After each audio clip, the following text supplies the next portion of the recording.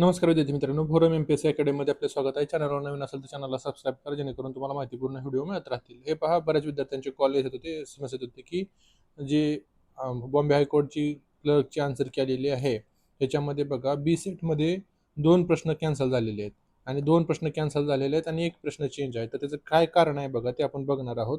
41 नंबरचा जो कॉम्प्युटरचा क्वेश्चन आहे, तो सेम आहे, हे लक्षात ठेवा.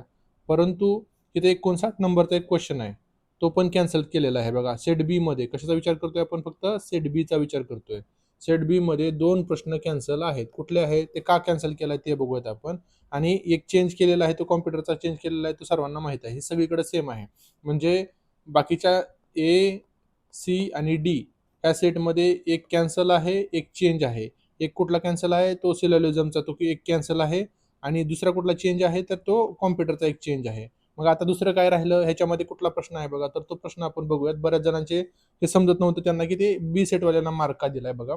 तर ते सरासरी वयाचा प्रश्न जो होता ना, तर म्हणजे 3 मुलांचं सरासरी वय 15 वर्ष होतं. त्यांचं प्रमाण 3 5 7 असं असेल. तर तिथं काय झालेलं बघा, इथं इंग्लिशमध्ये प्रिंट करताना 3 5 5 झालेला आहे. 3 5 5 झालेला आहे आणि मराठीमध्ये 3 5 7 झालेला आहे.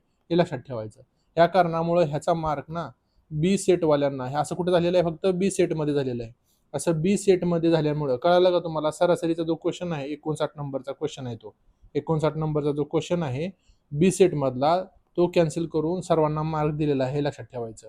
अजून एक प्रश्नाचं उत्तर तुम्हाला इथं द्यायचं होतं, की जी उच्च न्यायालयाची भरती आहे 2025 मधली झाली होती. तर बरेच लोक विचारतात की पुढं कधी, लगेच कधी होणार आहे? तर बघा, त्यावेळेस 2025 ची जी भरती होती लिपिकची, तर ह्याच्यामध्ये 10 ऑगस्टला लेखी परीक्षा झाली होती, हे लक्षात ठेवायचं. लगेच 12 ऑगस्टला जसं आता आन्सर की आली, 26ला झाली पेपर, 26 एप्रिलला झाला लगेच पेपर, आन्सर की आली तसं. आणि 26 ऑगस्टला सुधारित आन्सर की आली, जशी आता 15 तारखेला आलेली आहे.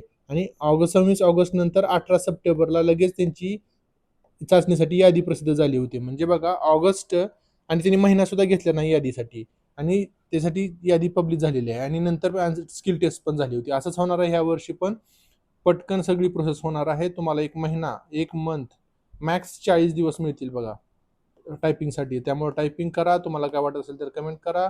आणि शिपाई, जे मुंबई हायकोर्ट भरतीमधलं शिपाईसाठी जे विचारतात ना विद्यार्थी, तर ज्या विद्यार्थ्यांना 20+ मार्क आहेत ते सेफ आहेत बघा. कारण काय होतं, पेपर फर्स्ट शिप आणि सेकंड शिप, ह्या सेकंड शिपचा पेपर हार्ड होता. मग कुठल्या शिपला होता तो न्यायालय आता ते नॉर्मलायझेशन करतंय की नाही ह्याचं आणि काही कन्फर्मेशन नाहीये. आणि ते कल्याणचं जे पेपर सेंटरला काहीतरी प्रॉब्लेम झाला होता, काहीतरी म्हणजे पहिला पेपर आणि दुसरा पेपर असं काहीतरी झालेलं आहे, ते सर्वांना माहित आहे. ते इथे डिस्कस करण्याचा विषय नाहीये, ते आपण बोललेलो आहे. त्यानंतर काय होतं, याच्यानंतर शिपाईची आन्सर की येणार आहे, लक्षात ठेवा. जे हातात आहे त्या गोष्टी करा. धन्यवाद. तुम्हाला काय वाटत असेल तर कमेंट करा.